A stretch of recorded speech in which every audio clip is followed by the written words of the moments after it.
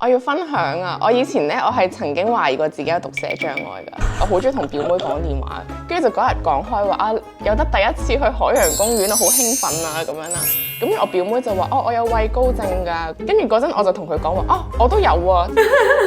但係其實咧，我係嗰陣唔知咩係畏高症啦。但係小學雞就係人有我都想有咯。但係呢個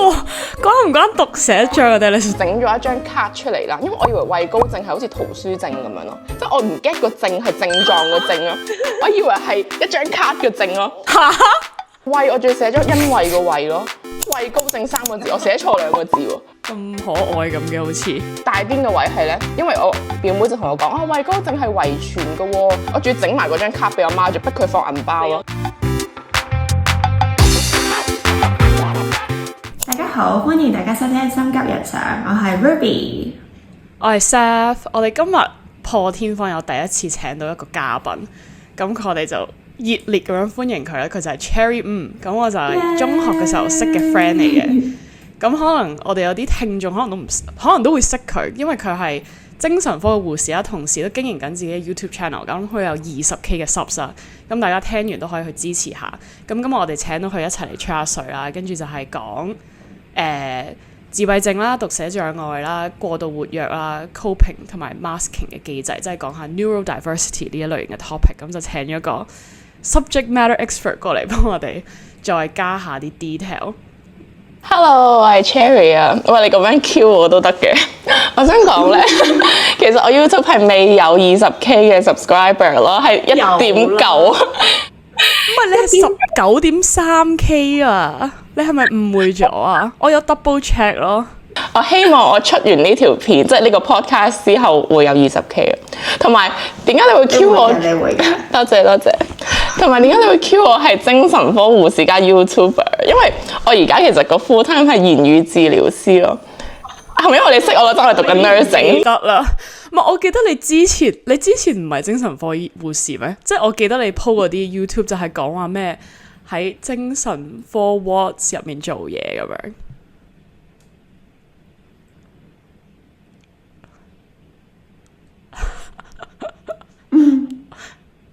原來係咁啊！咁你哋兩個都係言語治療師喎。因為你知唔知咧？我係問咗 Seth，因為我睇咗 Cherry 個 IG 啦，然後睇咗你嗰啲日常啊或者分享嗰啲嘢，嗰就問 Seth，其實 Cherry 係做邊一行嘅 nurse？ 跟住然之後佢就話精神科咯，我就話吓，跟住信啦，但係我可能以為我對精神科你係唔信啊？係咪啊？你話你唔信？我覺得唔係好似咯，即係因為我睇完你嗰啲分享咧，我就覺得唔係好似精神科護士，跟住我就喺度諗係咪有啲 miscommunication，所以而家釐清咗我嘅誤解。同埋我而家已經係冇再同人介紹自己係精神科護士，同埋我係從來都唔會同人講我係拍 YouTube 嘅咯。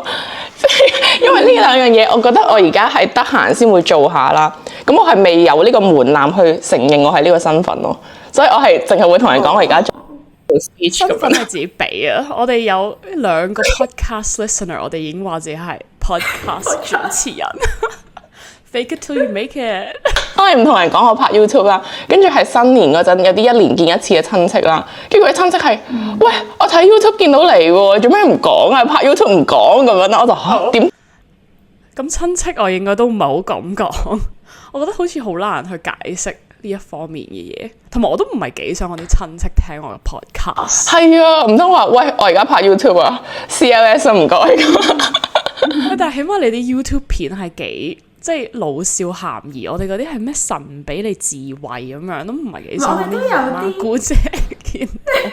唔係有家長，我有聽，我有支持。我喺錄今一集嘅 podcast 之前，我前幾日我係好努力追晒你咁，但係追唔晒快，因為太多啦。但我有努力追，我做功課。我哋都有啲老少咸宜嘅集數㗎。我知啊，我有聽㗎。clarify 翻。好啦，咁我哋今日咧就想講下，而家我哋有2個言語治療師喺度啦，再加一個科技界精英啦。可唔可以冇嘢好講去到我嘅 title？ 即係我都係一個 professional 嘅人士，唔係呢方面 for real。咁所以我哋今日咧就會講下呢一個神經多樣性啦。咁其實佢個英文名就係 neurodiversity 啦，同埋講下其實嗰個 spectrum，即係因為其實 neurodiversity 係一個 spectrum 嚟㗎嘛，咁就講下呢個 spectrum 入面嘅有幾種比較常見嘅一啲 diagnosis 啦，同埋再分享下我哋自己對一啲可能有特殊學習需要嘅小朋友喺香港呢一個教育機制，其實中間入面會有啲咩挑戰呢？咁樣。但我想講咧，即係既然我就係唯一一個 medical 嘅 outsider，我可以負責問一啲即係舊啲嘅問題。即係我其中一個，即係我都知最近而家成日都講 neurodiversity 啦，但係神經多樣性呢個 term 係極不普及咯。即係我就喺度諗 neurodiversity 嘅中文係咩咁樣啦，跟住我就睇神經多樣性，我冇聽過呢個 term。即係香港係咪一啲都唔興用呢個？係應該係一個西方世界嘅 term，然之後。開始我覺得係慢慢一啲講中文嘅人都開始去 create 呢個 term， 去嘗試去 raise awareness 啊，或者去 advocate 呢一堆人咯。即係呢個係比較新嘅嘢。係同埋喺香港，譬如你係讀 medical 方面嘅嘢咧，即係你都係用英文讀噶嘛。咁所以即係我好多嘢都係點講，都係用英文讀啦。跟住之後我會聽大家講 ASD 咁樣咯，即係 spectrum，但係我唔會用中文去讀話神經多樣性咁樣咯。即係一係你就知佢個 medical 啲嘅 term， 即係你就會話 ASD 咁樣，但係唔識嘅人，即係因為 neurodiversity 而家係即係西方社會啦，即係一啲平常人都會直接咁樣去講啦，即係you're on the spectrum，你 neurodiverse 咁樣。但係喺香港係咪會直接就話你係有精神病或者精神缺陷咁樣咧？即係仲係停留喺嗰個比較幾廿年前嘅認知。我諗佢會直接講你係咪自閉症啊？或者佢哋會用翻以前嘅 term 咯，即係佢哋會你係咪有亞氏保加咁樣咯。同埋我阿姨咧，佢係有個比較年紀細嘅小朋友嘅，跟住佢將所有譬如 ASD 啊、ADHD 啊，即係有少少特殊學習需要嘅小朋友啦，佢哋會統稱為 A 仔咯，即係呢個係一個 name。係啊，呢個我有聽過，咩雙 A 咁樣，即係 ASD 加 ADHD。咦，我冇聽過雙 A 喎，反而即係 A 仔咯，我會聽。嗰啲 A 仔唔係好知 ASD 同 ADHD 係咩嘅人啦，就係 ASD 就係自閉症傾向啦，跟住 ADHD 就係過度活躍症。咁頭先都有講話，即係神經多樣性同埋精神病兩個 term 都有講出嚟啦。咁都可以講下其實有咩分別咧？即係神經多樣性同埋精神病。係咪我要講㗎？我可以講咗神經多樣性先嘅。咁其實神經多樣性咧係一個，你當係類似一個平權運動咁樣啦。咁佢嘅主要想帶出嘅嘢咧，其實喺 neurodiversity 入面就係想講，其實我哋每個人嘅腦袋都係唔同嘅，即係每個人點樣去 wire 自己嘅腦袋都係唔同。咁所以我哋普遍即係我哋大家 so called typical 嘅人會叫 neurotypical 啦，即係正常可以喺呢個社會生活啊，會 make eye contact 啊，會明白正常嘅社會 social cues 嘅就係 neurotypical 啦。而所有唔係 neurotypical 嘅人咧，就係 neurodiverse 啦。而嗰個運動嘅即係或者嗰個平權嘅最主要嗰個目的咧，就係我哋唔應該逼一啲 neurodiverse 嘅人去 fit into 我哋呢啲 neurotypical 嘅人嘅盒子咯。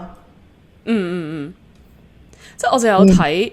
即係因為我都幾 aware of neurodiverse， 即係呢啲係叫做 on the spectrum， 唔係一啲精神病或者疾病咁樣啦。咁但係我 specifically 喺度諗，即係精神病咁同 neurodiversity definition 上入面啲有咩分別咁樣啦。咁我就上網睇，跟住佢就話，即係精神病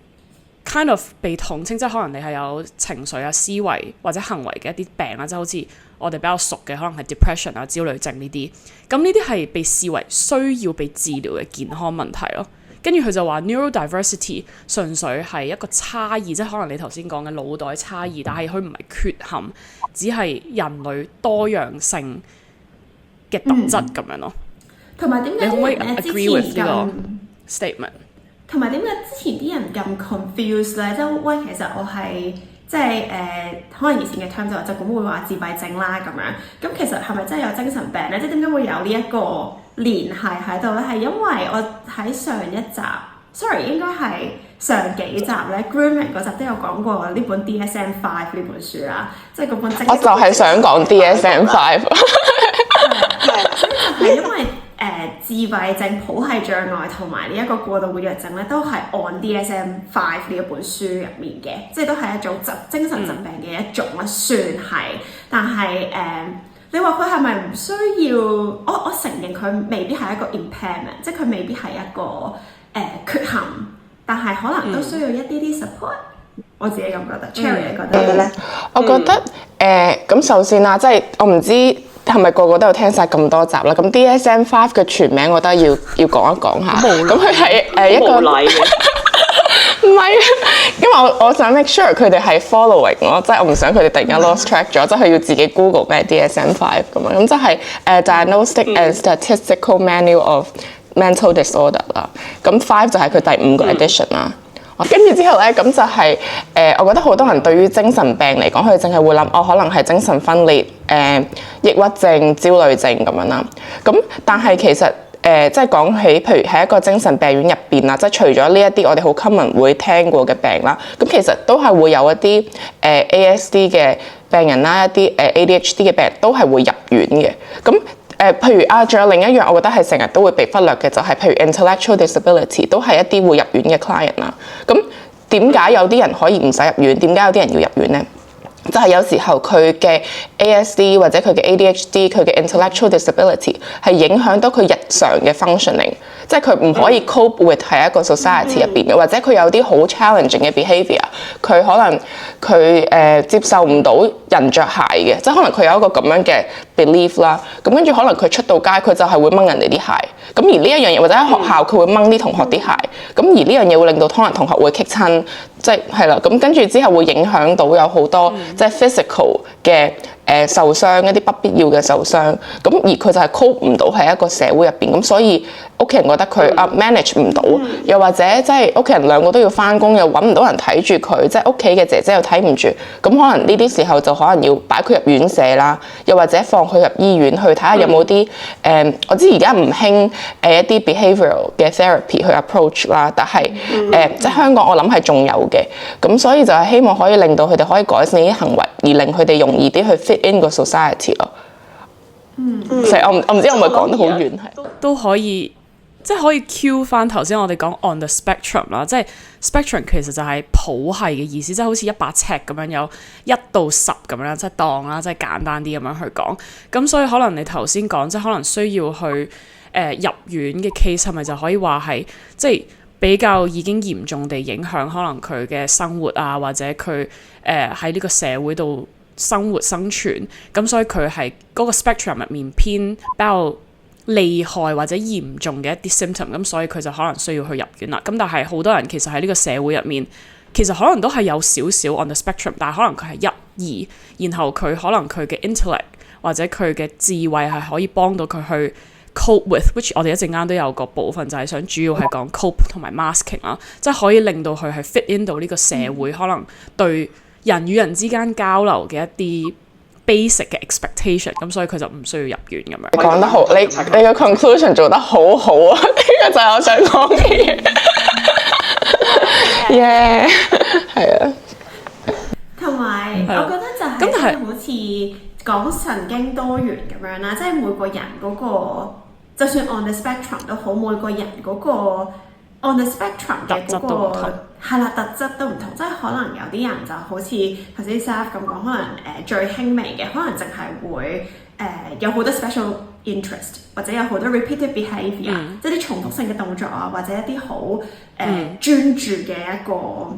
興趣咁樣。但有啲人可能好似頭先 Cherry 咁講，可能又有埋一啲智力障礙啊，或者可能有啲其他 co-occurring 嘅嘢咧，咁佢就可能就會需要更加多嘅協助咯，所以就係 on the spectrum 咯。即係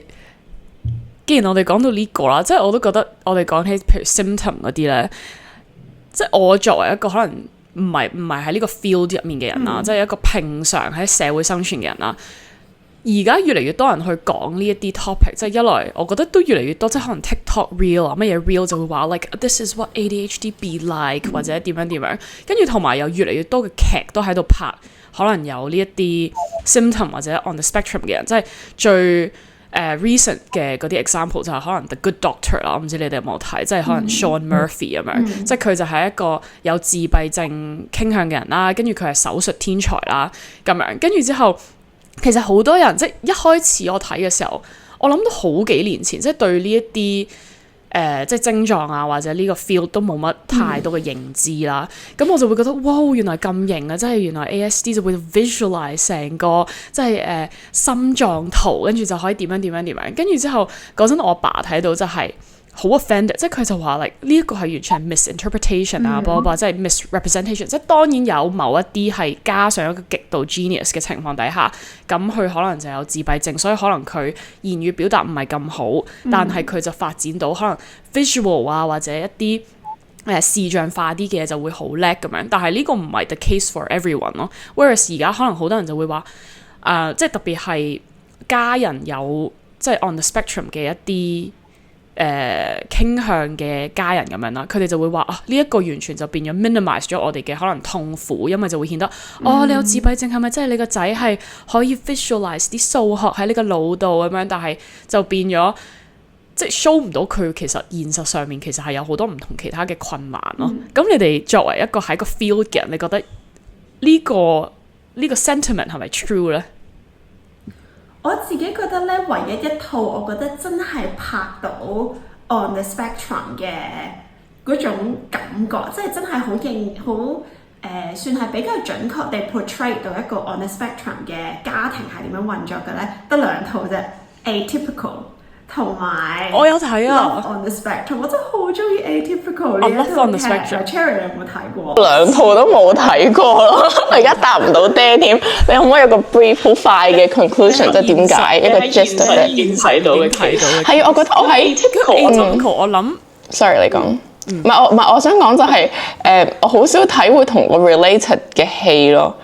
即係同我翻工 related 嘅戲，因為之前 Netflix 有套韓劇係講咩我在精神病院的咩晨光咁樣啦，跟住係有好多 viewer DM 我話你有冇睇啊？你覺得似唔似啊？跟住我就係我唔想再睇我翻工嘅嘢，點解我放工轉睇我翻工嘅嘢？咁所以我諗我有睇咗半集咁樣啦，跟住就睇唔落去啦，因為我唔想好似放工仲係。我諗好多人都中意睇 in the field 入面嘅即係expert 咁樣去 review 呢一啲劇咯，即係之前有個 YouTuber 佢係好似一個好靚仔嘅 doctor， 跟住佢就係專 review 嗰啲 medical 劇，跟住佢係超 popular。anyway sidetrack 咗，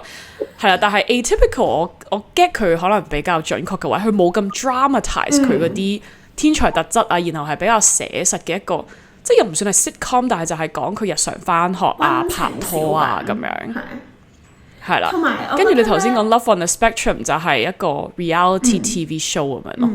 同埋咧頭先講過嗰啲 The Good Doctor， 甚至乎 Young Sheldon 啊，即係冇人話我 Young Sheldon 係 autistic 啦，但係我覺得呢啲 show 咧，我覺得令到即係 sort of 係 raise 咗個 awareness， 即係大家有多啲留意咗neurodivergence 嘅人啦，但係佢哋好似就令到好多人就會覺得，即係我真係唔係淨係聽過一個家長講，佢話嚇佢係 autistic 係咪即係佢係 gifted 啊？即係咪真係等於自幼？即係或者有啲嘢會突然間好叻，會變成 Young Sheldon 咁樣？跟住我就話唔係咯，即係除非你去真係做咗一個 cognitive assessment， 係真係哇原來佢係自幼加autistic， 咁佢就可能真係係另一個 Young Sheldon 咁樣咯。東西但係我覺得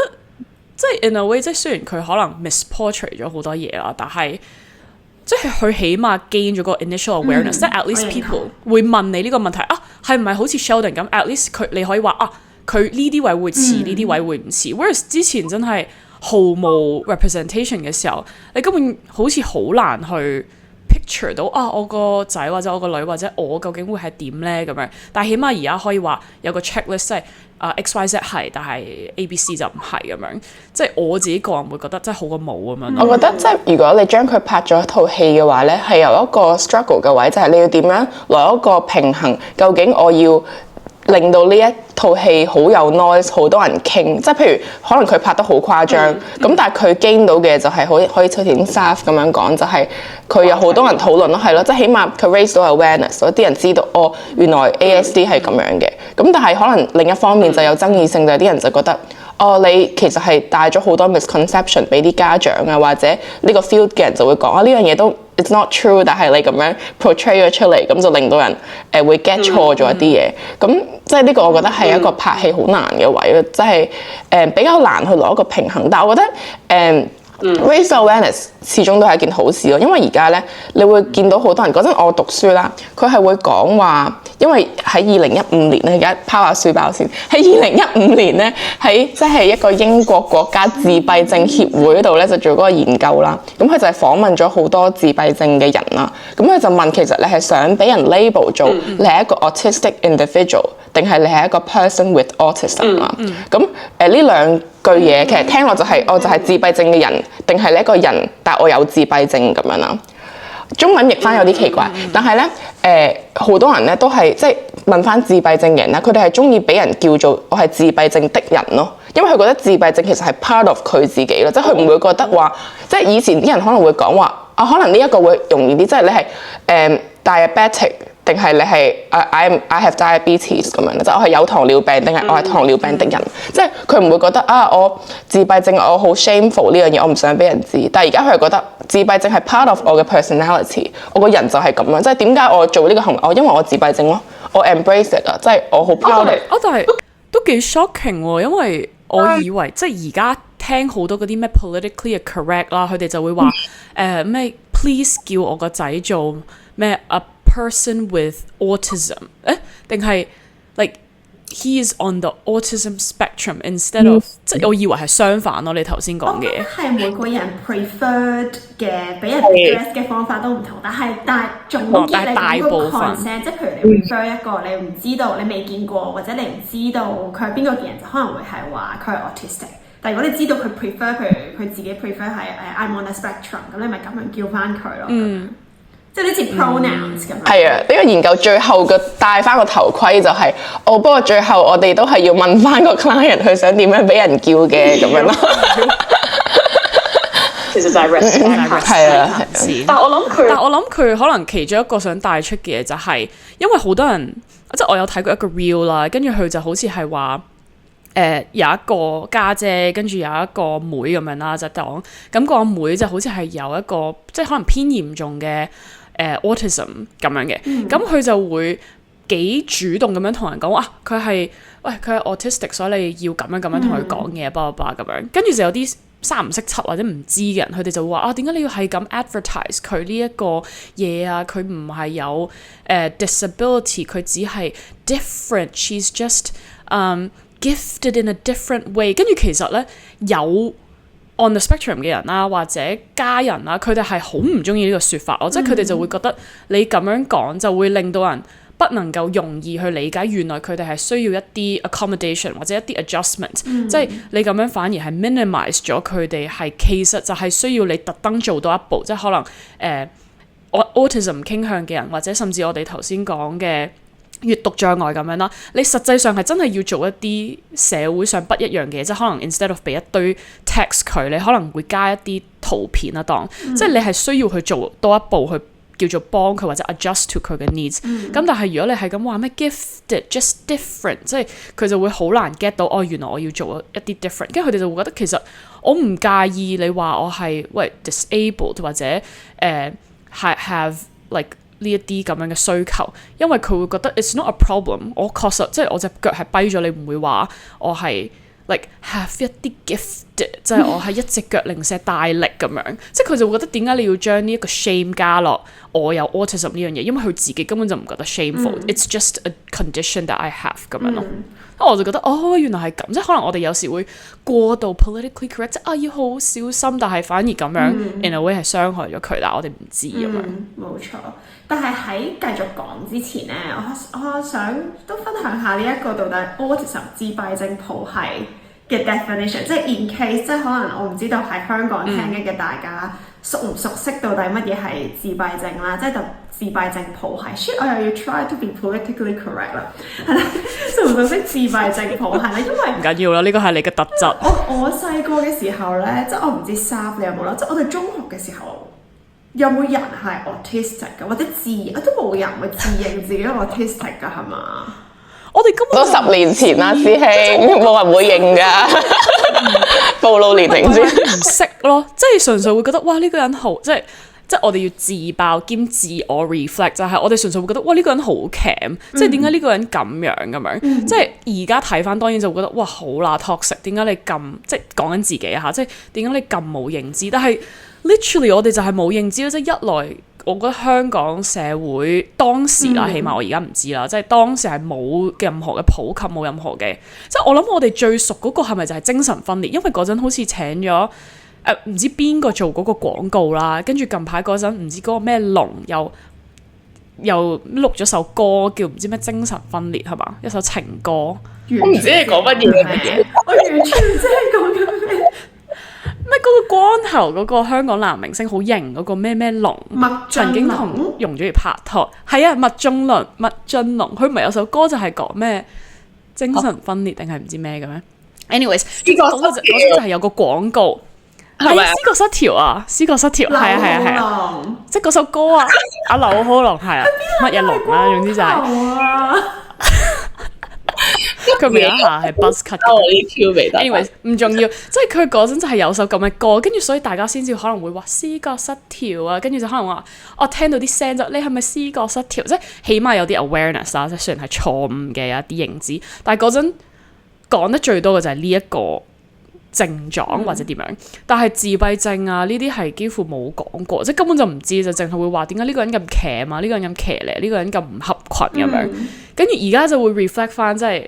Ruby， 你應該都記得我哋個級就係有個人，就係好多行為而家睇翻啦，特別係用你嘅專業角度睇翻，係會覺得其實佢應該就係 on the autism spectrum， 然後我哋做嘅嘢全部都係，我會好後悔咯，即係如果以而家我呢個認知翻去，我就會係 like what the fuck 咁樣。係啦，因為咧，我覺得咧喺香港啦，特別是自閉症，唔普係再算啦。即係自閉症呢3個字係好有 stigma 嘅。即係我以前細個咧，咁我爸媽當然都冇特登去同我解釋乜嘢係自閉症啦。但係我就會覺得自閉症就係自己困喺自己個 bubble 入面，係咁喺度玩手指、講嘢嗰啲咁樣。咁所以我覺得係其實釐清翻啦，即係通常自閉症譜系嘅人咧。即係 autistic 嘅人咧，其實佢哋通常會有3個大嘅 characteristic 嘅，咁所以大家可以反思下。即係我哋一路聽呢一集嘅時候，都可以諗下，其實你身邊有冇一啲人啊，或者同事啊，或者曾經識過嘅人，其實都可能係 on the spectrum 咧，就係分別社交溝通，即係呢個 social communication 啊，同埋一啲明白嗰啲body language 係好有困難嘅對佢哋嚟講。第二咧就係會有一啲好限制性、好重複性嘅行為，即係可能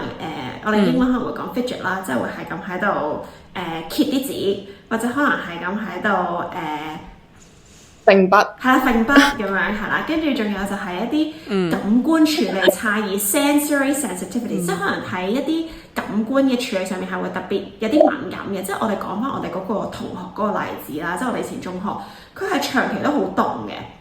我唔知你記唔記得 Saf， 其實佢係你個班嘅，但係好似你有同我講過。梗係記得啦，係真係佢係唔會唔記得，因為係真係凍得好誇㗎，即係可能20度就會已經入面着羽絨，出面再着校服嘅羽絨，跟住再戴嗰啲 muff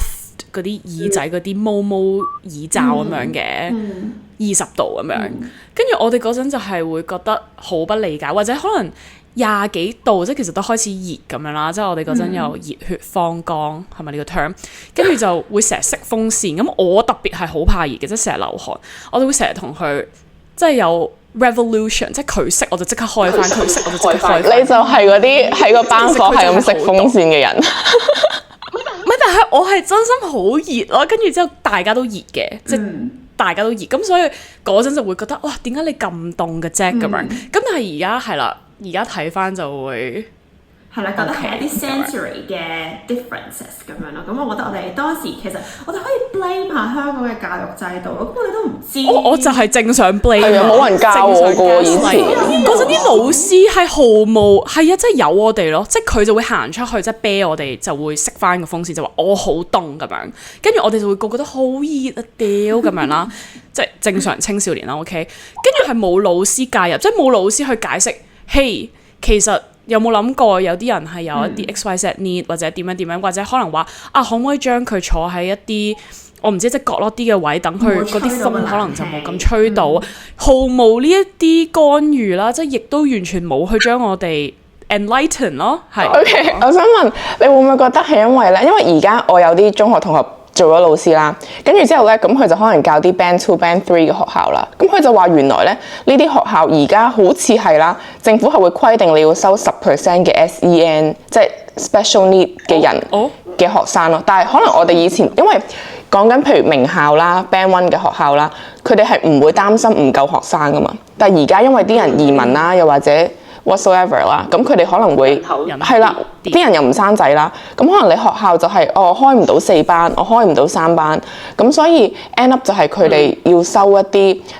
可能本身係要入一啲 SEN 學校嘅小朋友，但係佢要入，即係可能佢係掹車邊可以入到主流學校，咁所以咧嗰啲即 Band 2、Band 3嘅學校就要收10% 嘅佢哋，等佢哋可以融入。即係佢哋有個 scheme 就係我等佢可以快啲融入到呢個 typical 嘅社會咯。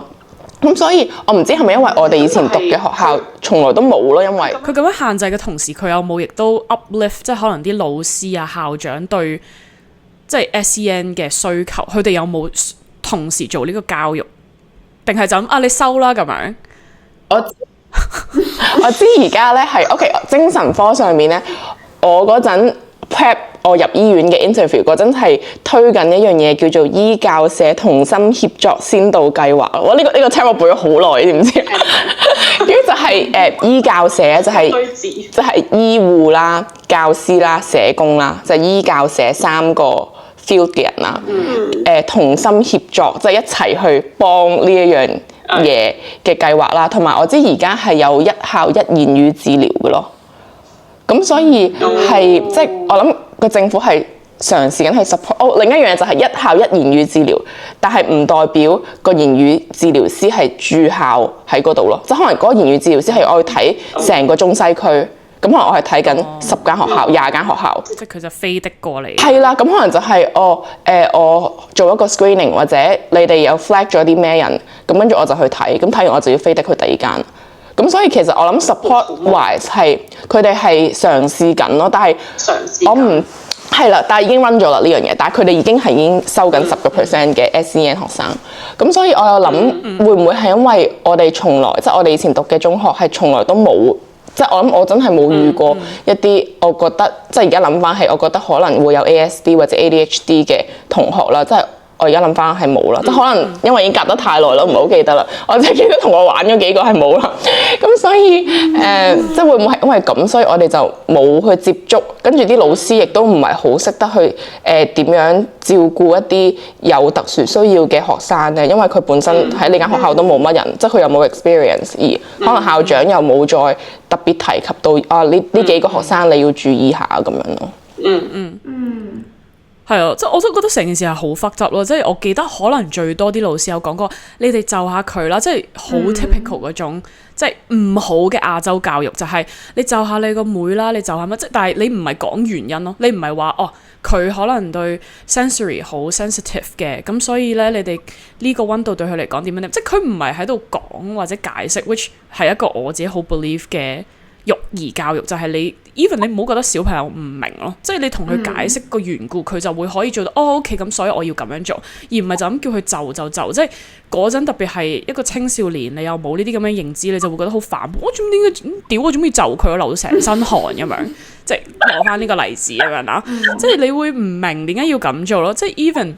share 一個再 personal 啲嘅故事，就係我大個咗啦，我就覺得。我真心認為我阿爸應該係按自閉症嘅 spectrum。咁阿爸會唔會聽緊呢個 podcast？ 應該就係都係聽明型中文，冇唔敢同佢講。即係點解我會咁樣覺得咧？即係佢係一定係比較聰明嘅嗰一種 on the spectrum 嘅，因為佢係真係。即係 even 我阿爺啦，就會話佢嗰陣大學係幾乎冇 friend 啦，每一日就係10幾個鐘坐喺個 backyard 嗰度睇好多好多書，同埋佢係幾乎每一本書佢係可以 direct quote 都記得，即係而家都可以記得，即係甚至乎我同佢睇戲啦，佢就會不停同我講呢一個 actor 可能之前做過啲乜，所以呢個 director 而家以前拍過啲咩啊，所以佢呢個 scene 就係乜乜乜。跟住我以前特別係細個即係毫無認知嘅時候，我就會話你收聲啦，即係我想睇戲，你就係咁喺度講嘢，跟住但係直頭咧，你叫佢收聲，即係可能你用一個即係點解我要咁冇禮貌直接講咧？因為你就話 OK chat later， 佢係唔 get 㗎，即係佢會繼續講。你要真係同佢講話，即係撳停個電視，同佢講話 Can you just shut up？ Like we will chat in 60 minutes 咁樣，佢先可以 all right 咁樣啦。跟住即係好多其他嘅嘢，即係可能譬如因為我一半亞洲文化咁樣啦，即係香港人咁樣，咁我哋好明顯就成日會聚會就去酒樓嗰啲啦，咁咪好多碟餸喺度轉盤咁樣嘅，佢係好難 get 到你要望下嗰個人係咪想食，你就雖然你想轉嗰碟菜，但係你望下嗰個人你就停一停俾佢，佢唔會啊，即係我想食嗰碟菜我就轉，即使可能轉成個圈，大家就喺度望住自己嗰碟菜走咗啦。要講一樣嘢就係我唔知你啲觀眾知唔知你係一半 mix 澳洲，一半 mix 香港啊？你會唔會係一個如果佢哋有聽開就知。唔係，但係佢會唔會係一個澳洲人？佢從來未飲過茶，佢唔知一個 Lazy Susan 係點樣 work。唔係轉係啦，呢個就係一開始大家都係咁樣嘅 assumption， 即係鬼佬咁樣就話，嘿，即係有翻去又同佢講，喂，你知唔知你要停下㗎？或者你唔可以齋夾自己中意嘅，你見到最後一粒你要問下，喂，有冇人想食最後嗰粒啊？即係你要等10分鐘咁樣講晒㗎啦。佢會真心好唔明，皺晒眉頭話我有咁做咩咁樣？我都係想食嗰個嘢，即係佢係真係好難明。跟住甚至乎我前排去咗我阿叔嗰度住啦，咁佢就係住 Melbourne 嘅，即係我阿爸嘅細佬。咁唔知點樣傾起啲咩，佢就話係啊，佢一定係啦，即係毫無疑問嘅。佢係覺得，然後佢老婆又係覺得，sorry， 佢 partner 未結婚嘅，佢 partner 又係覺得一定係啦，即係 no like nothing to question 嘅嘢嚟嘅。跟住之後，我即係 Ruby 你有嚟過 stay over 啦，跟住你都話應該係，跟住 OK， 即係除咗 social cue 呢樣嘢啦，佢亦都會係隻手係不停捽嘢，即係我係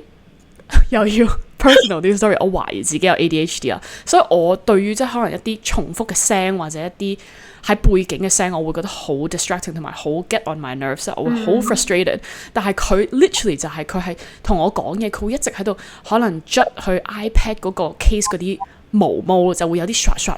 嘅聲啦，或者可能會捽我個 MacBook 面就係有啲磨砂聲，我會覺得好 frust， 我就會同佢講，你可唔可以停唔該？跟住佢佢就會忍唔住繼續做呢件事咯。咁所以我就即係冇係啦，我唔知佢係咪有啦，但係大家都好冇疑問咁覺得佢係有嘅。係咁，但係咧，如果你覺得佢即係我覺得 parent 呢個係你老豆啦，咁所以你一定會對佢比較 harsh 咁樣啦，同埋你覺得佢係咪都算係？唔係，我反而知咗之後，我唔 harsh， 唔係冇咁 harsh， 即係我以前就會覺得哇，點解你咁樣㗎？即係可能就會覺得係啦，一來可能覺得煩啦，二來青春期容易咩都覺得煩啦。OK，I blame it on 青春期。三來就係會覺得大家嘅阿爸可能就好 presentable 啊，好識 social， 即係會帶住你，但係反而咧我就可能就覺得我要 remind 你 XYZ， 我就會覺得點解呢個 burden 喺我身上，即係作為一個小朋友或者一個即係青少年咁樣。但係而家反而明，我就會覺得喂，其實佢只係佢真心唔明，即係佢明唔到呢樣嘢。我反而就會覺得So be it， 或者我就會直接同佢講咯，即係可能當係一個轉盤嘅 situation， 我就會直接停低個盤話，喂，你等下邊個夾咗先啦，咁樣你等一等啦。佢係好 OK 噶，或者最後嗰一粒我就會話，喂，邊個想食，你留俾佢食，佢就會 OK 咁樣。即係我會變得 OK， 我好 explicit， 我唔好覺得佢 get 唔到係因為佢即係可能以前就會話，有人會提出，喂，你阿爸係咪好自私？我而家就會覺得佢唔係自私，佢只係真心。佢唔可以喺一啲好 subtle 嘅 movement 入面 get 到原來係要咁，原來係要咁。咁所以而家我就會幫佢 cue 咯，即係我覺得 it's no problem， 就好似頭先我哋講嘅，大家只係有唔同嘅特質，你知咗之後，你反而可以 make 到 adjustment，make 到 accommodation。呢個就係我嘅 reflection。我想講一樣嘢咧，就係喺即係 ASD 啦，佢中文名太長，我講唔到。喺 ASD 入邊咧，就係佢哋發現啲人咧係好容易有呢一個中央凝聚力比較弱啊。咁英文係 central coherence 啊，就係講緊嘢係咩咧？就係講你個做唔到中央空調一定。唔係，就係喺你個腦入邊，你整合唔到所有資訊，即係可能你轉緊個盤，嗰個人想夾，你 get 唔到，呢一個就係原來我要停一停，即係佢唔可以將所有 detail 去拼做一個大啲嘅畫面啦，即係唔可以 see a bigger picture 咯。咁所以咧，即係譬如你頭先話，係咪要問，即係要好 explicit 咁樣同佢講話，呢一隻蝦餃要留俾呢個人咁樣啦。咁就係我嗰陣返學有個例子啦，個老師講嘅就係，譬如你揸車啦，跟住咧咁架車死咗火，咁你就問人你識唔識整車啊？咁跟住嗰個人可能就答你話我有整車師傅電話。咁可能嗰個人就係冇答你話我識整或者我唔識整。咁嗰個有 ASD 嘅人就會諗，我問緊你識唔識整車，你講咩？你有整車師傅電話啫，你答我 yes 或者 no 啦。咁咩叫你有整車師傅電話？咁如果我哋以一個 typical 嘅人嚟講，咁點解佢會咁講？因為佢唔識整，咁所以佢想叫你打電話俾個整車師傅整啦。打電話，佢就係唔 get 咯，即係佢唔可以將呢啲 detail 位拼翻咗。點解佢咁樣講咧？原來佢背後個原因係乜嘢咁樣咯。跟住另外咧，我都想 share 一個我即係而家見緊一個 client 啦。咁跟住之後咧，就係嗰陣前排就係個個都跑渣馬啦。我成個 thread 同成個 IG 都係啲人 po 渣馬啊，跑10K 啊，跑半馬、跑全馬咁樣啦。跟住就我就突然間好想，即係我都好想30歲前跑到一次10K， 去跑一次馬拉松咁樣啦。咁嗰日即係我哋就有啲原來跑都可以咁好玩㗎。Oh my god！ 好想睇 Stephy 演唱會啊。Anyway， 冇 side track 咗。即係我就同咗個 client 講話，我好想跑馬拉松，所以我而家要練跑啦咁樣啦。咁跟住之後咧，咁佢其實佢好 sweet 嘅，佢每一次見我佢都會記得啦，佢都問。所以咧，你有冇跑步啊？你今個禮拜有冇跑步啊？咁樣啦，跟住我就shit， 即係我搶親你。跟住之後，因為我之前有一個禮拜我唔舒服啦，咁我就同咗佢講話，我上個禮拜冇跑啊，因為我唔舒服啊，咁樣啦。咁跟住之後咧，即係譬如呢樣，因為我其實同幾個女仔有一個 group 就係講跑步啦，因為我哋大家都好想一齊 join 個馬拉松咁樣啦。咁有時候我咁樣講，咁跟住我啲女仔 friend 就會，咁唔緊要啦，唞下啦，下個禮拜再跑過，加油咁樣，真係會咁樣啦。咁但係我個 client 就係話，你唔舒服就冇跑。咁即係其實你都唔係好想跑馬拉松啫，即係如果你真係好想跑，冇嘢係可以阻止到你㗎。跟住我係突然間冇人試過同我講嘢咁直接啊！呢一個係真係一個 wake up call 咯，即係唔通我其實心底入咁你有冇即刻去跑步啊？俾佢激勵。我呢個禮拜跑，唔好搶我。跟住之後即係佢係睇唔到你唔舒服呢一個細節位咯，佢就睇到你冇跑步咯。有一個 implication，係啊，即係佢唔 get 原來休息可能係為咗走更長嘅路，即係唔 get 你唔舒服跑步可能你會拗柴喎，或者你會跑得成績冇咁好喎，或者會 worsen 你嘅病情喎咁樣啦。但係佢冇諗到呢啲，佢就覺得你冇跑步咯，又話想跑馬拉松又唔跑步，自己攞嚟嘅喎你，真係跑唔到係你自己攞嚟喎，即係佢覺得冇嘢可以 stop 到你嘅。如果你真係想做一樣嘢，跟住我聽完就覺得。係喎，咁樣，但係呢個就係佢嘅凝聚中央凝聚力比較弱咯，即係佢唔可以將所有嘢擺埋一齊咯，係咯，我自己嘅個人理解，即係 based on 我同我爸嘅 interaction， 就係你唔好 expect A 去 C， 佢可以 A 去 C 咯。所以你要講埋你個 B 俾佢聽 which is 頭先可能你嗰個例子就係會拗柴會唔舒服，你要話我因為最近乜嘢。即係唔舒服，所以咧我要暫停。即使我好想跑，如果唔係我就會容易受傷，就會令到我更加不能夠去跑啦。咁所以我而家就要暫停。咁可能佢就會比較 get， 即係 A、B、C 你要畫晒出嚟，咁佢就會可以理解。即係呢個係我自己嘅，即係對佢嘅 adjustment。即係可能如果我 expect 佢要去做某一啲嘢，我要好 explicit 同佢講 which 佢係 completely fine with doing it。但係如果你講咗 C， 你 expect 佢做 B 嘅話，你係會唔開心，因為佢做唔到。咯，即係所以我都想帶出呢一樣嘢，就係即係唔好可能即係因為你見到嘅佢冇做到 B 去諗可能佢就係好衰，或者佢就係唔 care about 你，或者佢就係好 selfish。咁當然有啲人可能係啦，但係有啲時候可能只係佢 make 唔到個 connection， 然後我哋都要即係嘗試 be aware of， 就係 literally 咯，即係呢個世界有好多人有好多唔同嘅譜系啊，咁所以我哋就要。係咯，即係多啲去諗下，會唔會有啲咁樣嘅嘢咧？即係有啲似我哋 grooming 嗰一集，就係你永遠都唔知人哋下面嗰層其實係發生緊咩事咁樣。同埋我想帶出多一個 concept 咧，就係點解即係譬如好似頭先 Saf 講佢爸爸嗰個 case 咁樣啦，即係佢係真係好算係我唔知係算唔算係真係比較唔係好 care 人哋點睇咧，即係可能佢係會覺得喂，我係個腦係咁樣講嘢，我就係要食最尾嗰粒蝦餃，點解我唔食得啊？然後就喺呢一個社交場合度做咗呢件事啦。但係有好多其他特別是係女孩子啦，佢哋係會做好多叫做 masking 嘅嘢去嘗試去fit into 呢一個社會咯，即係可能佢哋就會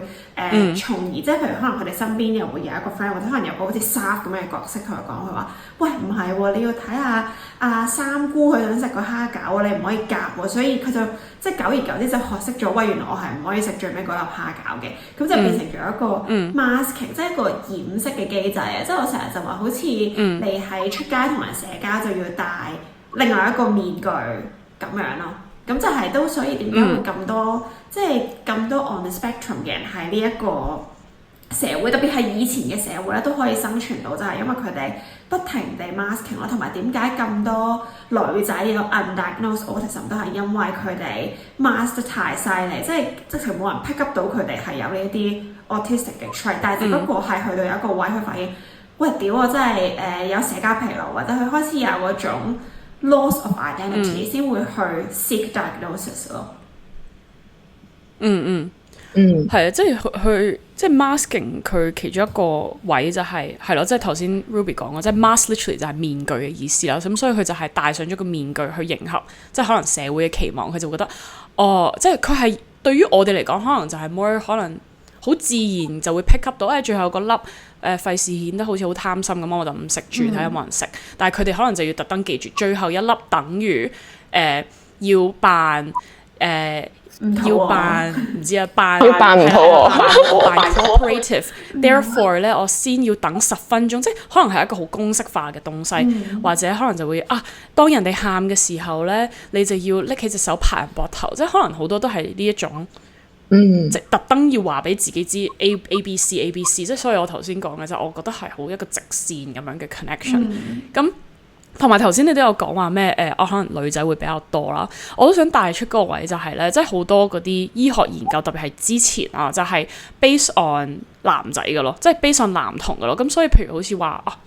過度活躍症咁樣，佢 based on 男童去做研究啦。咁所以即係因為特別係以前就係一個 patriarchal 嘅 society，就更加係咁，所以就會多啲係用男性去做醫學研究。咁所以好多就會覺得過度活躍症一定就係你會跑嚟跑去，一定就會大叫打人咁樣。咁所以咧，女仔好多時候就會 go undiagnosed， 因為女仔嘅 symptom 後期就係發現其實可能純粹佢可能唔講嘢㗎，但係佢個腦係發生咗好多嘢，like everything going 1000 miles at a time 咁樣咯。咁所以可能你就會冇辦法咁容易發現。其實除咗男仔之外咧，好多嘅 assessment 嘅 protocol， 即係好多評估嘅嗰啲叫咩啊？方法準則係啦，準則或者規矩可能係準則講嗰啲研究咧，其實唔止係男仔，主要係白人嘅男仔。係啊，其實好多時即係亦都有忽略咗文化嘅分別係嘛？係啊，冇錯。即係可能亞洲人其實本身就係比較 reserve 嘅，唔一定會鬧人咁樣，但係佢就因為 based on 可能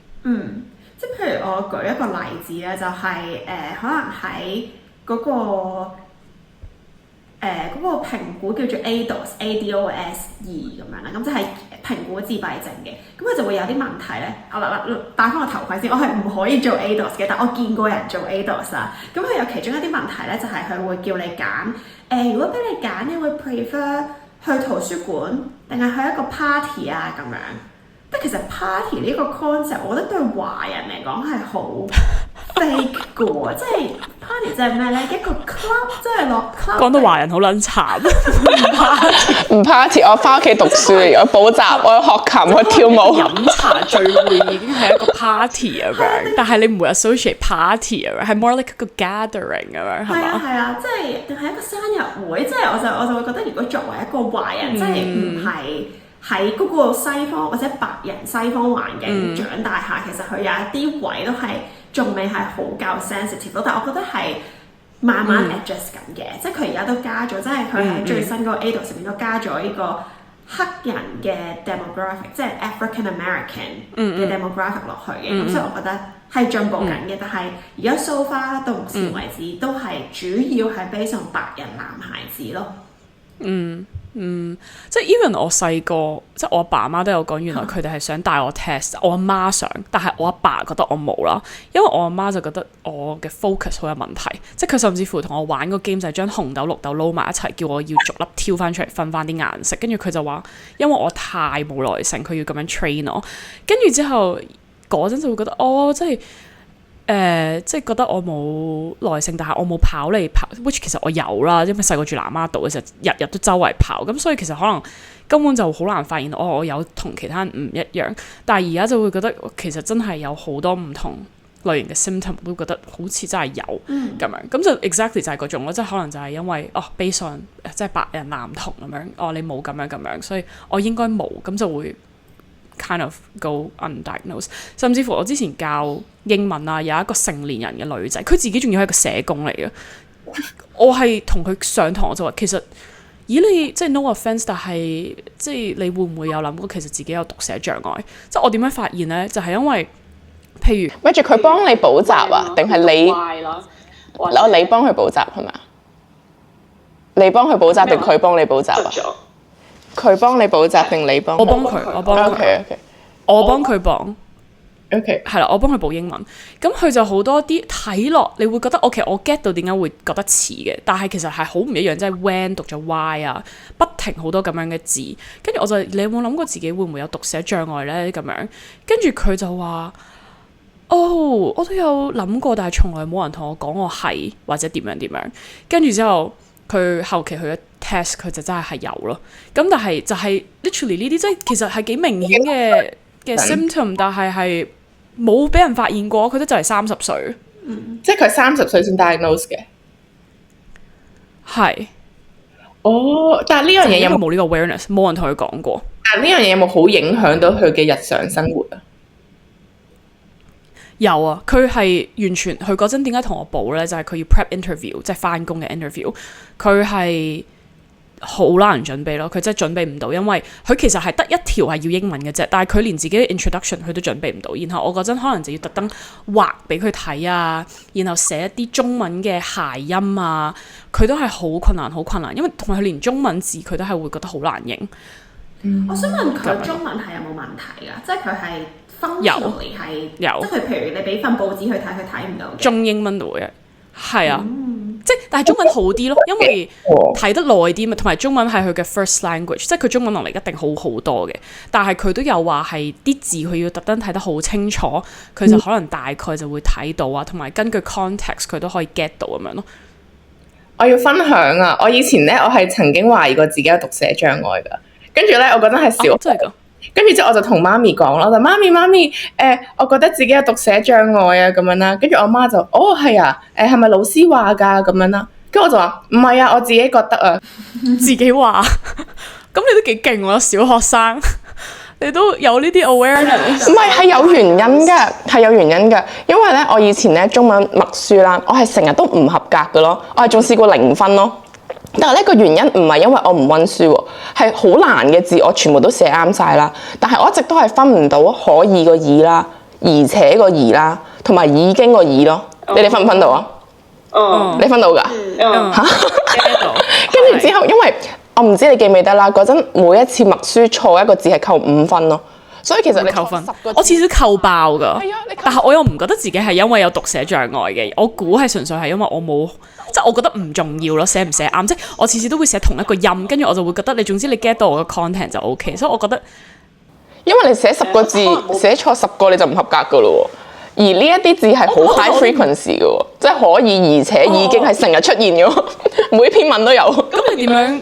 咁你係 end up 即真係有定係其實冇？你有冇 end up 去求證？因為咧，讀寫障礙咧，咁佢就係真係根據 DSM-5 啦，即係佢都有分好多嘅，就係讀寫聽説啦，即係你可以諗一個 language 嚟講嘅 spectrum 就係讀寫聽説啦。咁寫方面，我覺得自己已經有障礙啦。跟住到以前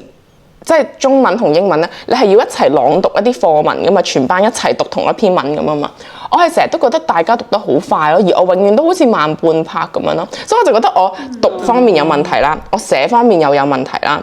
跟住之後咧，另外都有一樣好白痴嘅，但係我覺得呢樣嘢係一定要 share 嘅，就係咧我以前細個咧，我好中意同表妹講電話，跟住就嗰日講開話啊，有得第一次去海洋公園啊，好興奮啊咁樣啦。咁我表妹就話哦，我有畏高症㗎咁樣啦。所以我好多嘢都唔玩得啊咁樣，跟住嗰陣我就同佢講話我都有喎，但係其實咧我係嗰陣唔知咩係畏高症啦，但係小學雞就係人有我都想有咯，即係隔離同學訂報紙我又要訂咯。咁但係呢個關唔關讀寫障啊？定係你純粹 people pleaser？唔係啊，未講完。跟住咧就係我覺得我表妹有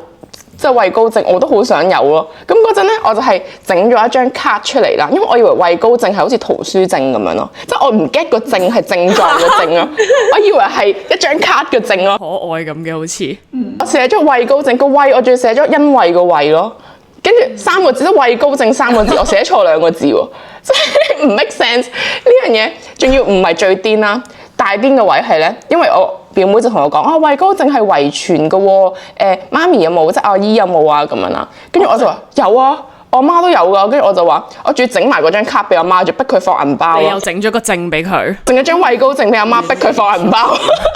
跟住之後我諗，跟住我媽就望住個畏高症，佢三個字都唔啱。跟住我就覺得自己係咩事？我寫字真係完全寫唔到咯。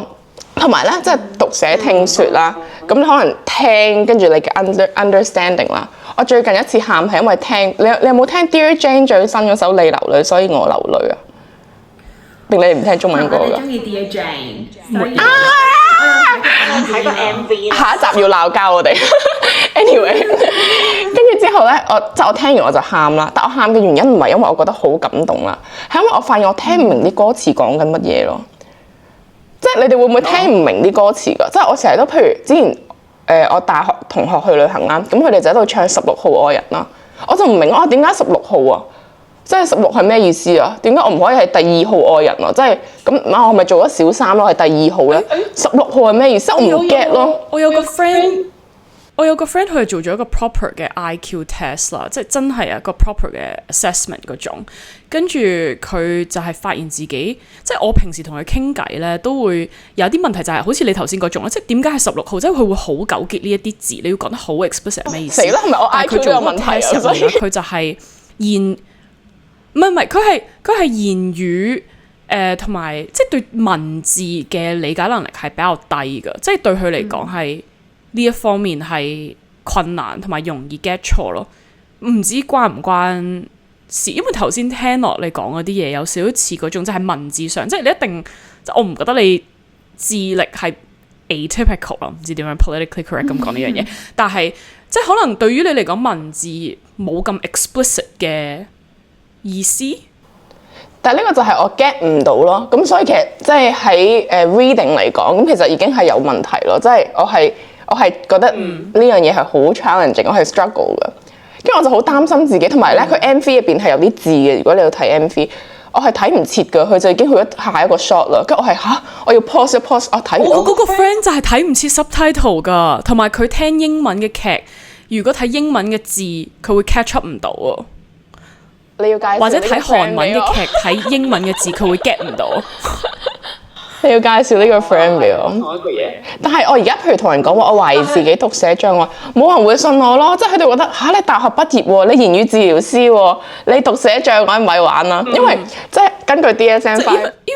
為我有個 PhD 嘅心理學 friend，literally 佢係真係一個心理學學家咁樣，佢都即係我同佢唔算好熟，但係 friend，佢都覺得好難理解，如果我係咪真係有過度活躍咯？即係佢覺得。應該唔係，但係我覺得好多時候就係即 back to 我哋頭先嗰個位，就係即係大家都好多唔同特質，同埋可能因為我哋可以智力補償，即係用 intellect 去做一啲 masking 或者一啲 coping， 跟住去即係適應呢個社會對我哋嘅期望或者需求，咁所以就會令到呢啲好多嘢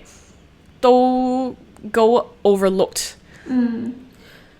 同同埋我覺得都係 embrace 自己嘅 strengths 咯，即係我覺得每個人都有自己唔同嘅強項同埋弱項嘅，即係譬如好似我唔知道你頭先你講嗰個即係 Saf 你嗰個 friend 做完嗰個cognitive assessment， 佢應該有講佢有啲嘢叻啲，有啲嘢冇咁弱少少嘅，咁可能就係其實每個人就係取長補短，即係可能真係攞即係 focus 喺自己嘅 strengths 嗰度，然後再睇下點樣去 support 翻你冇咁即係弱少少嗰啲位咯。但係我覺得其實最緊要都係你 functional 咯，即係你人生你自己獨立生存到其實已經好叻㗎啦，大家。因為 DSM-5 佢有分，佢 DSM-5 就係分 A 同 B 啦。言語有問題，你都係做到而家呢個 profession 係咯，即係我哋都要 applause。哇，跨群嚟喎呢個，就係講緊 DSM-5 佢有分 A 同 B， 你要滿足晒 A 同 B 嘅條件咯。咁 A 就係我講嘅讀寫聽說啦，你要有多過6個月嘅困擾啦。咁 obviously 我係多過6個月啦，我有多過6年嘅困擾添啦。跟住之後，但係我成世嘅困擾。但係 B 就係你喺呢一啲困難下並冇影響，即係你要影響到你嘅學業同日常生活咯。但係因為呢樣嘢佢即係咁，而家你見到我仲活着啦，仲做到一個言語治療師，咁即係佢冇影響到咯。咁所以我係落唔到一個 diagnose， 我係有讀寫障礙咯。即係如果我自己 diagnose 自己嘅話，問題。我作為一個冇呢個 degree 嘅人，我會 tend to argue 佢冇影響你咯，即係可能你要比起人哋花50% 多嘅 effort，呢個係咪一個影響咧？即係其實佢已經影響咗你，但係可能未影響到一個世俗嘅標準，讀唔成書退校，即係呢個可能係世俗嘅標準of影響你生活，但係佢其實係影響咗你，即係你更加困難。你聽你中意嘅歌手，你聽唔明佢歌詞，聽唔明啊，好 sad 都係一個影響，但係即係可能係咯，即係唔係一個世俗眼光入面嘅一個好大影響咯。咁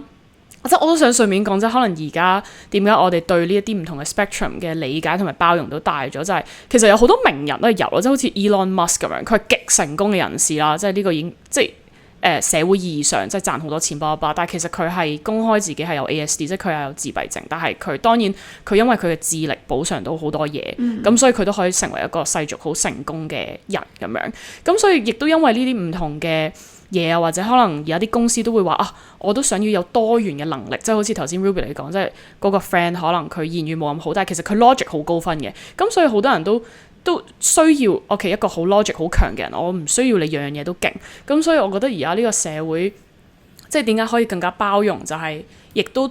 變得更加多元，即係我哋需要嘅能力，即係好似可能我對於一個 follow through 一個 plan 我係冇咁叻嘅，但係因為我可能可以 pair up with 一啲 follow through 得好嘅人，就好似 Ruby 啦，其實就係 Ruby 就係一個可以好 follow through 嘢嘅人，但係我叻嗰個位就係我可能比較 creative， 我會突然間極多 idea， 然後我就會即刻去做出嚟，因為我等唔到，即係我係冇辦法去遲啲先做，因為我而家個專注力就喺嗰個位，我就會立刻做到出嚟，咁可能我就會變咗係一個適合好多變化，諗好多 idea， 但係如果你期望我係做一個 project manager， 我可以 multiple stream 嘅去，即係如果你嘅期望係呢一種嘅話，我會做唔到咯。咁但係而家呢個社會好嘅位就係可能各行各業你都可以揾到一個適合自己叻嘅嗰個位嘅位置。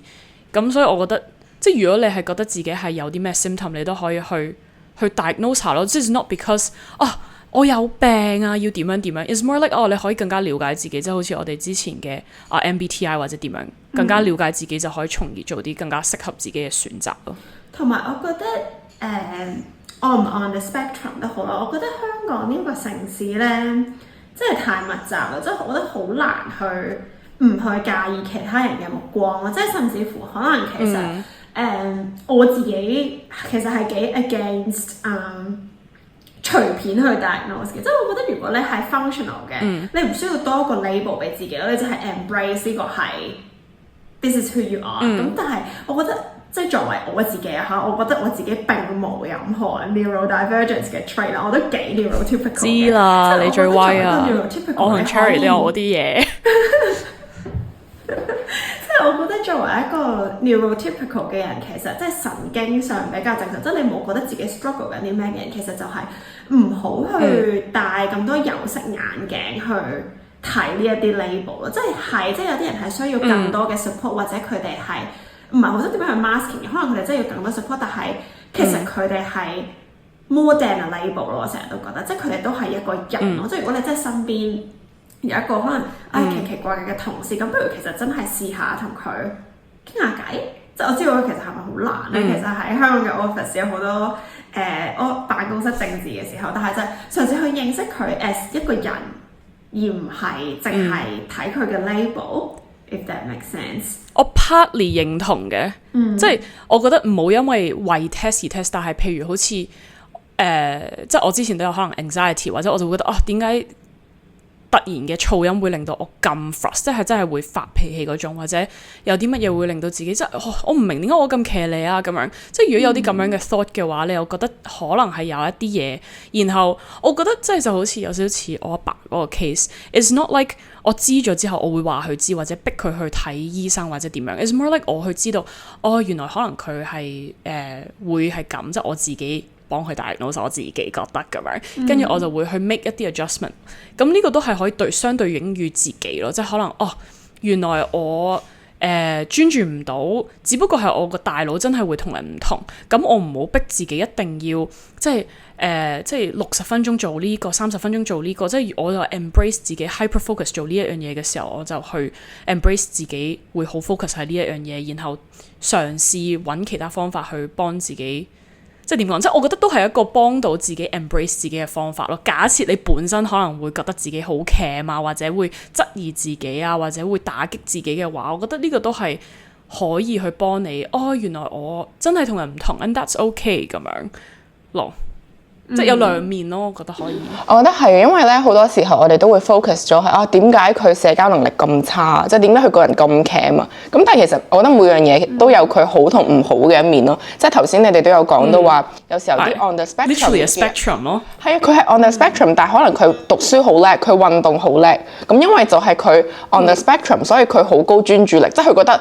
你想跑步，點解落雨你跑唔到步啊？點解你唔舒服跑唔到步？即係佢就係可以排除所有雜念，係啊，佢淨係想做到一樣嘢。同埋因為頭先 Ruby 講過話，譬如ASD 佢哋好中意啲嘢好有規律啊。咁以運動員為例啦，逢1、3、5朝早9點練習，呢樣嘢好有規律，唔會改變。咁佢哋就係好中意咯。咁所以點解即係好？其實而家好多運動員，好多金牌即係奧運金牌嘅選手，佢哋都係 on the spectrum 嘅。咁例如我之前睇咗啦。就係同埋佢哋咧，頭先你講過話，即係你個同學係對溫度好敏感嘅，即係佢好怕凍嘅。咁呢一啲都係一啲，如果佢係游水啦，或者佢係衝浪啦嘅運動選手咧，其實對佢哋嚟講係有一個好好嘅優勢，因為佢 feel 到啲浪流幾時嚟，邊一個係最好嘅 pop up 去 surf 嘅 moment。咁其中一個衝浪選手就係美國嘅 Clay Marshall 啦。咁佢就係被 diagnose 咗，即係之前嘅講法就係亞氏保加啦。咁即係而家就係 on the spectrum 啦，佢係。因為佢話，即係佢曾經喺訪問度就講過話，喺水入邊係佢覺得最舒服嘅地方，因為佢唔需要用言語同人溝通，佢只要專注個浪喺邊一刻嚟，佢企起身做到佢個 trick 咁就得啦。咁而另外美國嘅一個長跑跑手啦，就係 Michael Brannigan 啦，佢係一個即係佢好專注跑步，就每日重複練習，咁就係令佢覺得跑完步之後佢攞咗獎，令佢更加有自信啊！即係平時佢係一個 social 嘅 context 入邊，佢係成日都好冇自信，唔敢講嘢，但係就係因為佢好專注做呢樣嘢，佢攞咗個金牌，大家都 agree， 即係大家都認同佢嘅成就嘅時候，佢就覺得佢可以喺一個 social 嘅 context 度表現自己，因為佢而家有自信啦。即係呢樣嘢令到佢有咗自信咯。跟住最後一個有啲爭議性嘅，但係可以講下就係。繼續講，我手電腦就係死，但你繼續講。OK， 最後呢個咧係有啲爭議性，但係值得一提嘅，就係阿根廷嘅足球員就係美斯啦。咁傳說咧就係話美斯咧以前咧係有啲 ASD 嘅 traits 啊，咁例如佢社交好困難啦，但係佢係極度專注踢波咯。咁但係佢當然啦，我希望冇美斯嘅 fans 聽緊，跟住要打我啦。但係因為佢就係覺得好專注去踢波，同埋佢可以好專注咁樣去觀察，即係個波去到邊啊，或者所有嘢佢好高專注度。咁所以佢就係而家變咗一個好出色嘅足球員咯。咁所以就係我好 agree，因為即係我之前都有個好中意，唔係即係而家都中意嘅 stand-up comedian 啦。佢就係話佢老公係有自閉症傾向，佢話佢最中意佢嘅位就係我永遠都會知佢唔會講大話咯，即係呢個可能好似頭先你講嘅嗰個位就係、可能 ASD 佢唔會去 social cue， 所以佢又唔會去 white lies， 即係呢一個 on the other side，即係可能佢就唔識就人或者點樣，但係 on the other side it means 你知佢永遠都好 honest， 呢個 literally 就係我 uncle 都話關於我爸佢最中意嘅嘢就係佢係就係佢唔係就唔係一個好簡單嘅人 which 喺呢個社會入面已經係一個幾難能可貴嘅特質。咁跟住嗰個 stand-up comedian 呢一個 fact 即係譬如可能係啊，跟住佢嗰個 stand-up comedian 咁樣講，我就覺得哇，其實呢個位都好 touching， 即係佢會話可能佢哋去一個 date 去問佢呢條裙靚唔靚，佢老公覺得唔靚，佢就真係會講唔靚，但係佢知嗰個意思唔係佢唔 find 個老婆 hot 咯，即係佢知係好 objectively just talking about the dress， 然後佢係可以理解到呢一個位嘅時候，佢其實係好喜歡佢呢個特質，因為話一就係一，話有二就係二，佢唔會需要去揣測佢，去知道佢 can always trust him。跟住我就覺得好 beautiful 咯呢件事，即係我覺得都係我哋可能今一集都想帶出嘅 point 就係、一來就係 embrace 自己嘅特質啦 ，embrace 你身邊嘅人嘅特質。即係如果有啲咩你覺得其實原來可能係因為佢真係諗唔到呢方面嘅嘢，或者呢一個就係佢呢方面嘅嘢，嘗試諗佢呢一個特質嘅 positive 嘅位咯，即係可能好似你係咯，即係你身邊嘅人可能佢會令你覺得好直接啊，即係同你講一定你要點解你唔去跑步咁樣，但係 on the other hand it means 佢將你講嘅嘢放上心，佢係真係諗緊點解你唔去 achieve 你嘅 goal 啊咁樣，即係嘗試去諗去 positive 嘅位，然後去 embrace 成一個圓圈咁樣咯，我覺得就係我自己嘅諗法。我覺得咧 neurotypical 唔 typical 都好啦，即係我覺得唔係所有嘢都係非黑即白嘅，唔係你一定係 typical 或者 atypical。我覺得每個人都係特別嘅，我又講啲大愛説話啦。但係我覺得每個人都係特別嘅，只不過係即係你唔好覺得自己冇咗個 label， 你就係只不過係一個普通人咯。即係我覺得你每一個人嘅腦袋都係特別，你只不過係需要揾到你嘅強同埋弱項喺邊度，然後嘗試去 work with 呢一樣嘢咯。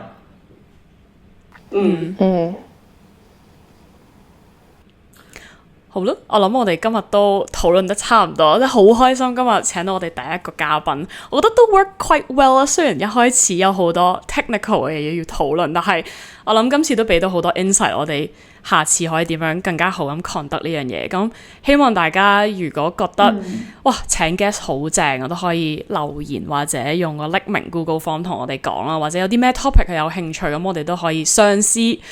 拗下啲人同我哋開呢個 podcast， 所以都好多謝 Cherry 你抽時間同我哋吹水 on a Sunday morning。咁係咯，希望今日都同大家 subscribe 佢嘅 YouTube channel。係啊係啊 like comment 佢個 Cherry 係有3 個 R 噶，呢個係一個好難 catch 到嘅位，係有3個 R。OK， 不過我哋都會 tag 佢，所以你哋都唔需要 worry。大家都要咁係咪 subscribe 都了解多咗？Spotify 係點樣啊 ？subscribe 你哋個 podcast 係點樣啊 ？Spotify 係要點啊？讚好俾5粒星係咪？打星係冇得 comment 㗎 Spotify 係咯，有嘅 Spotify， 但我哋一個都未有啊。我樓下我開10個假 account 同你留言啦。我開咗嗰個，我成日開個 dashboard， 跟住佢話 if you have comments it will appear here and then that's it because there's no comments。No news is good news 啊。唔得，我哋係要 embrace 黑熊也是熊，我哋要 bad news。OK， 大家去放心，即係你而家要 hater 係咪？好啦，大家如果sorry， 大家中意我哋嘅話，都唔好俾1星好評我哋嚇。大家俾個5星好評我哋咧，有啲咩想我哋傾嘅就係匿名 Google Form 同我哋講啦。再次多謝 Cherry 今日嚟我哋呢一個錄呢一集啦，大家記住 follow 同埋 subscribe，follow Cherry 嘅 IG 同埋 subscribe 佢嘅 YouTube channel， 我哋會將佢嘅所有 details 放喺今集嘅 description box 度嘅。咁我哋下次再見啦，謝謝你哋邀請，拜拜。